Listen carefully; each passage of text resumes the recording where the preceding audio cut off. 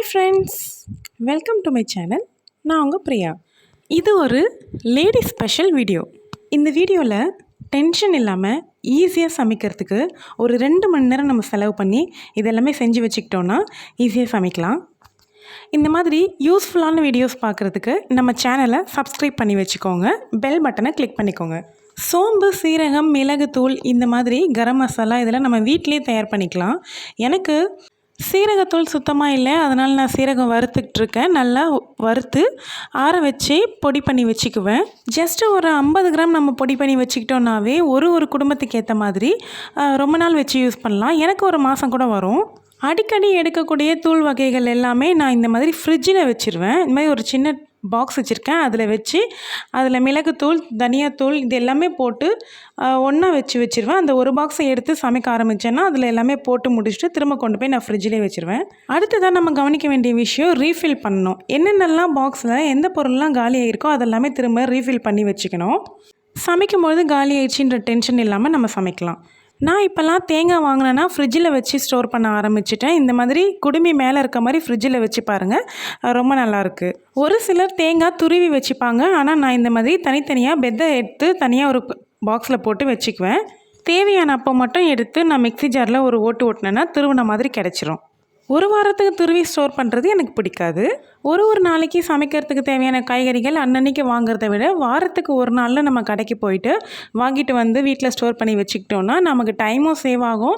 நமக்கு எந்த காய்கறியும் இல்லை, என்ன சமைக்கிறதுங்கிற பிரச்சனையும் இல்லாமல் நம்ம ஒரு மீல் பிளான் ரெடி பண்ணி வச்சுக்கிட்டு நம்ம அதை சமைக்க ஆரம்பித்தோன்னா ஈஸியாக சமைச்சிருவோம். காய்ங்க விலையெல்லாம் பயங்கரமாக ரேட் ஏறி போயிருக்குங்க. நான் எப்போவுமே ஒரு காய் வாங்குறேன்னா 2 in 1 யோசிச்சுப்பேன். ஒரு குழம்பும் வைக்கிற மாதிரி ஒரு பொரியலும் வைக்கிற மாதிரி நான் யோசிச்சுப்பேன். நான் காய் ஸ்டோர் பண்ணுறதுக்கு எந்த விதமான பாக்ஸஸ்லாம் எதுவுமே நான் யூஸ் பண்ணுறது இல்லை. கவரில் போட்டு வச்சாவே எனக்கு நல்லாயிருக்கு. எனக்கு 1 வீக்கில் காலி ஆயிரும்ன்ற தொட்டு நான் ரொம்ப நாள் ஸ்டோர் பண்ண வேண்டியது இல்லை. கொத்தமல்லி எல்லாம் ஒரு 2 வாரமாக இல்லாமலே இருந்துச்சுங்க. ஏன்னா அவ்வளோ ரேட் அதிகமாக இருந்துச்சு. 45 ரூபா கட்டுலாம் சொல்லியிருந்தாங்க. இப்போது இது வாங்கிட்டு வரும்போது 10 ரூபான்னு சொல்லி வாங்கிட்டு வந்திருந்தாங்க. அதனால் கொஞ்சம் நான் நல்லா நிறையவே பெரிய கட்டாகவே வாங்கிட்டு வந்திருந்தாங்க. அதை நான் நல்லா ஸ்டோர் பண்ணி வச்சுக்கிட்டேன். டிஷ்யூ பேப்பர் யூஸ் பண்ணி தான் ஸ்டோர் பண்ணணுங்கிறது இல்லைங்க. பசங்களுடைய போன வருஷத்து நோட்டில் மீதமான பேப்பர்ஸ்லாம் நான் தனியாக எடுத்து வச்சுருக்கேன். அதை யூஸ் பண்ணி தான் இந்த மாதிரி ஸ்டோர் பண்ணிக்கிறேன். கருவேப்பிலையுமே அதிகமாக தான் இருக்குது. நான் நடுவில் எப்படியும் கருவேப்பிலை, கொத்தமல்லியெல்லாம் போட்டு ஒரு துவையில் அரைச்சிடுவேன்னு நினைக்கிறேன். இந்த மாதிரி ஒரு 2 மணி நேரம் செலவு பண்ணி நம்மளுடைய வேலைகள்லாம் நம்ம செஞ்சு வச்சுக்கிட்டோன்னா நம்ம வாரம் முழுக்க இது இல்லை அது இல்லைன்னு டென்ஷன் ஆகாமல் நம்ம இருக்கிறத வச்சு எல்லாமே நம்ம சமைச்சிப்போம். நீளமான கட்டு வாங்கிட்டு வந்ததுனால காம்பு பகுதி அதிகமாகவே இருந்துச்சு. நான் அந்த காம்பு பகுதியை வீணாக்க மாட்டேன். நான் இந்த மாதிரி பொடிப்படியாக கட் பண்ணி வச்சுப்பேன். ஃபஸ்ட்டு இந்த காம்பு பகுதிங்களெலாம் நான் யூஸ் பண்ணிவிட்டு அதுக்கப்புறமா இலைக்கு போயிடுவேன். தக்காளி எல்லாம் கவிழ்த்து வச்சா நல்லாயிருக்கும் அப்படின்னு சொன்னதுனால நானுமே கவிழ்த்து வச்சு யூஸ் பண்ண ஆரம்பித்தேன். ஆனால் அது நல்லா ஒர்க் அவுட் ஆகுதுங்க. உங்களுக்கு ஒர்க் அவுட் ஆகுமான்னு சொல்லுங்கள். தக்காளியோட விலை 40 ரூபான்னு சொல்லி வாங்கிட்டு வந்திருந்தாங்க. 1 கிலோ வாங்கியிருந்தோம். காய்கறி விலையெல்லாம் ரொம்ப அதிகமாகவே தான் இருந்துச்சு இந்த வாரம். அடுத்து பச்சை மிளகாய் எல்லாமே காம்பு நீக்கிட்டு ஒரு கவரில் போட்டு வச்சுக்கிறேன். நான் இந்த மாதிரி சேமியா கவரில் தான் போட்டு வைக்கிறேன். அதுவுமே எனக்கு நல்லாயிருக்கு. ஒரு வாரத்துலேருந்து 10 நாள் வரைக்கும் கூட பச்சை மிளகாய் எதுவும் ஆகாமல் நல்லாயிருக்கும். பெண்கள் கொஞ்சம் யோசித்து இந்த மாதிரியெல்லாம் நம்ம செஞ்சு வச்சுக்கிட்டோம் அப்படின்னா நம்ம டென்ஷன் இல்லாமல் நம்மளுடைய ஒர்க்கை முடிக்கலாம். எப்போவுமே சமையல் அறையிலேயே இருக்க வேண்டிய அவசியமும் இருக்காது. வாரம் ஒரு நாள் செய்ய வேண்டிய வேலையில் மாவு அரைக்கிறது தான் ரொம்ப முக்கியம். நான் இப்போ போட்டுட்ருக்கிறது ரேஷன் அரிசி தான். புழுங்கல் அரிசி, பச்சை அரிசி 2மே கலந்து தான் போடுவேன். உளுத்தம்பருப்பு மட்டும் கடையில் வாங்கி போட்டுக்குவேன். மாவு விற்கிற வேலைக்கு கடையில் வாங்கி சாப்பிட்றதெல்லாம் செட் ஆகாது. எங்களுக்கு அது பிடிக்கவும் பிடிக்காது. இட்லி நல்லா வராது. சோட்டா மாவு யூஸ் பண்ணுற பழக்கம் கிடையாது. ரேஷன் அரிசியில் செய்யறது சோட்டா மாவு யூஸ் பண்ணாமையே ரொம்ப நல்லாயிருக்கும். சில பேர் வீட்டில் மாவு இல்லைன்னதும் மாவு வாங்கி சமைக்கிறதுக்கு ரொம்ப கஷ்டப்பட்டுக்கிட்டு ஹோட்டலில் வாங்குவாங்க. அது ஒரு தோசையே 15 ரூபா அந்த மாதிரி சொல்லுவாங்க. அதனால் அது நமக்கு ஹெல்த்தும் கிடையாது, வயிறு நிறைக்க நம்ம சாப்பிடவும் முடியாது.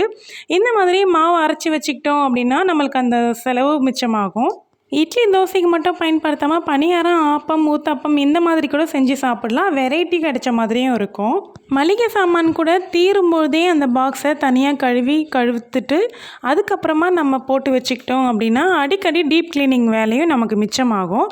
வேலைக்கு போகிறவங்களால அடிக்கடி டீப் கிளீனிங் பண்ணுறதுக்கு டைம் ஒதுக்கிறதுலாம் ஒரு ஈஸியான விஷயம் இல்லை. அதே மாதிரி வீட்டில் இருக்கிறவங்களுக்குமே அது ஒரு அடிக்கடி நம்ம எடுத்து வச்சுக்கிட்டு செஞ்சிட்டு இருந்தால் நம்மளுடைய ஹெல்த்து தான் அதில் பாதிக்கும். என்ன தான் மாவு அரைச்சிட்டு கரண்டி வச்சு நீங்கள் கலக்கினாலும் கூட அடி வரைக்கும் உளுந்தும் அரிசியும் நல்லா மிக்ஸ் ஆகுமான்றது தெரியாது. எனக்கு எப்போவுமே எங்கள் பாட்டி சொல்லி கொடுத்த மாதிரி நான் எப்போவுமே கை வச்சு தான் கலக்கிப்பேன். நீங்கள் யாரெல்லாம் கை வச்சு கலக்குவீங்கன்னு சொல்லி எனக்கு சொல்லுங்கள்.